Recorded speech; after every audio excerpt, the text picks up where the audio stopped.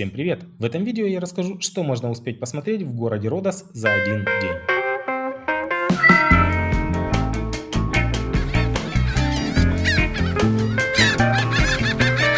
Родос – четвертый по величине остров Греции. Ввиду своего расположения Родос успел собрать прекрасную коллекцию памяток человеческой деятельности, что особо радует, многие из них в хорошем состоянии.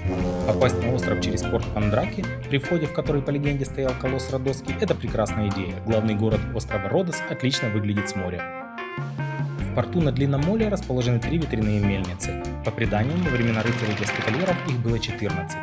Мельницы использовались для измельчения зерна, поступающего из порта, и обеспечивали потребности острова в муке. В конце пирса с мельницами возвышается форт Святого Николая, построенный в середине 15 века. Здесь был маяк и передовой пост обороны города. За фортом Святого Николая находится, пожалуй, самое знаменитое место острова Родос – вход в гавань Мандраки. Именно здесь, по легенде, стоял колосс Родосский, одно из 7 чудес света. Колосс представлял собой статую бога солнца Гелиоса высотой 36 метров. Ноги колосса стояли на разных берегах гавани, и для того, чтобы попасть в порт, судно должно было пройти под ним. Статуя простояла около 50 лет и была разрушена землетрясением около 226 года до нашей эры.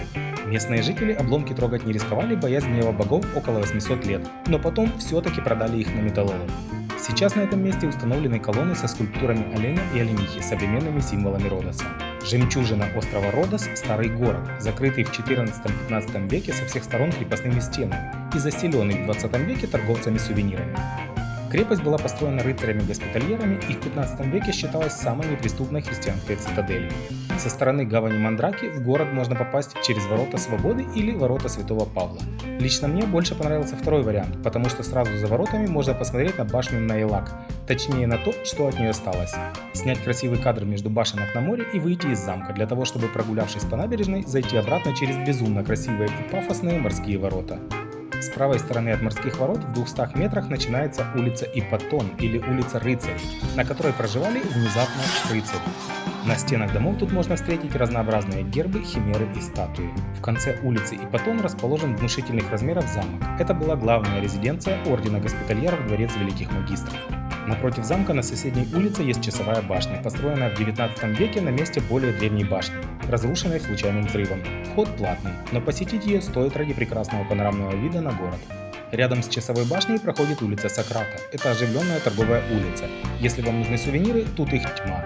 На другом конце улицы расположена площадь Гиппократа, которая к Гиппократу особого отношения не имеет, в отличие от соседнего острова Кос, про который я рассказываю в отдельном видео у меня на канале.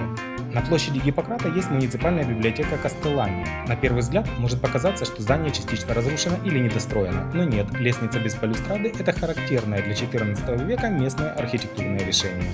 Также на площади Гиппократа расположен фонтан Сибриани. В центре древнего византийского основания возвышается турецкая башенка, увенчанная бронзовой фигуркой совы. От площади Гиппократа по улице Аристотеля можно выйти к тенистому скверу, в котором местные предлагают сфотографироваться с цветастым попугаем. Кроме того, тут расположено здание Адмиралтейства рыцарей, которое, впрочем, судя по недавним историческим исследованиям, может оказаться не адмиралтейством, а резиденцией греческого православного епископа.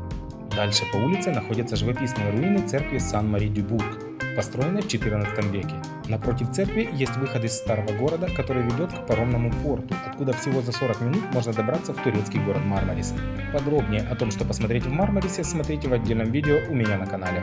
Остров Родос – это прекрасное место для любителей истории. Конечно же, в одном коротком видео нельзя охватить все прелести этого чудесного острова, но перечисленные достопримечательности вполне можно успеть посмотреть за один день. Если это видео было вам полезно, ставьте лайки и подписывайтесь на канал. Желаю вам интересного отдыха. До встречи!